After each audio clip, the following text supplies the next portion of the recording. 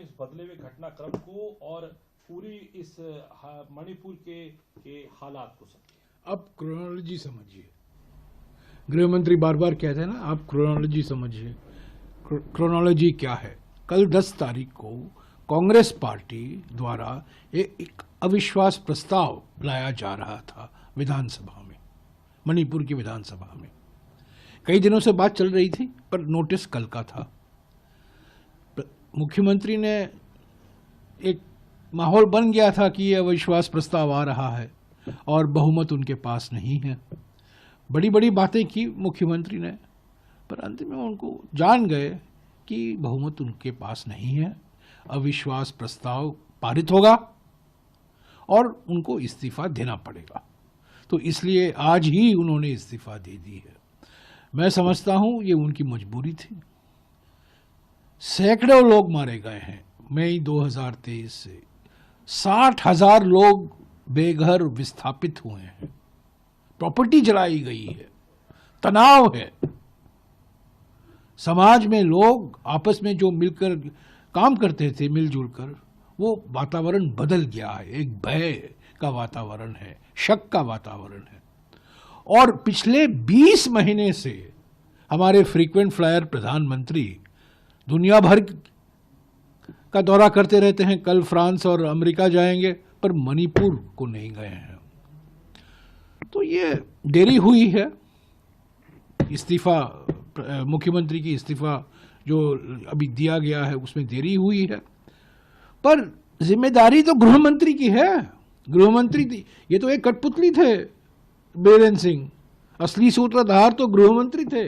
उनको तो सारा आउटसोर्स किया था प्रधानमंत्री ने। गृह मंत्री क्यों अपनी जिम्मेदारी नहीं पहचानते हैं? इस्तीफा तो उनको देना चाहिए।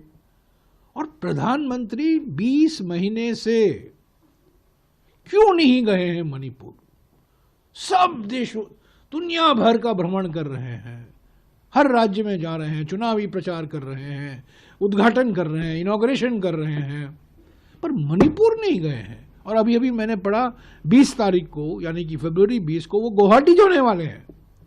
गुवाहाटी से इम्फाल तो आधे घंटे का बिल्कुल प्लेन राइड है प्राइम मिनिस्टर के जहाज में। वो मणिपुर क्यों नहीं जाते?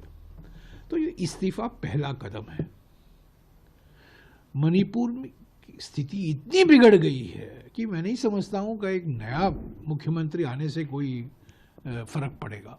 सवाल ये है कि इतनी भारी बहुमत मिलने के बाद भी फरवरी 2023 को जनादेश मिला था बीजेपी और उनके सहयोगी दलों को, एनडीए को, भारी बहुमत, प्रचंड बहुमत, पर उसके बावजूद 15 यानी कि फरवरी 2022 को जब चुनाव हुआ था, 15 महीने के अंदर मणिपुर जलने लगा। क्यों? कारण क्या है? तो ये मौलिक कारण देखने की जरूरत है। प्रधानमंत्री ने अपनी जिम्मेदारी कबूल नहीं की है।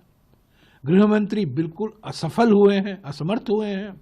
इस्तीफा तो गृह मंत्री को देना चाहिए और प्रधानमंत्री को फौरन मणिपुर का दौरा करना चाहिए। मणिपुर में जाएं, लोगों से मिले, अलग अलग राजनीतिक दलों से मिले, बातचीत करें, नागरिक संस्थाओं से बातचीत करें, एक संकेत दें कि वो चिंतित हैं। और मणिपुर को बार बार कहते हैं डबल इंजन सरकार, डबल इंजन सरकार। वहां तो कोई इंजन नहीं है, केंद्र का इंजन भी नहीं है और राज्य सरकार का भी इंजन नहीं है। तो आप लोग समझते हैं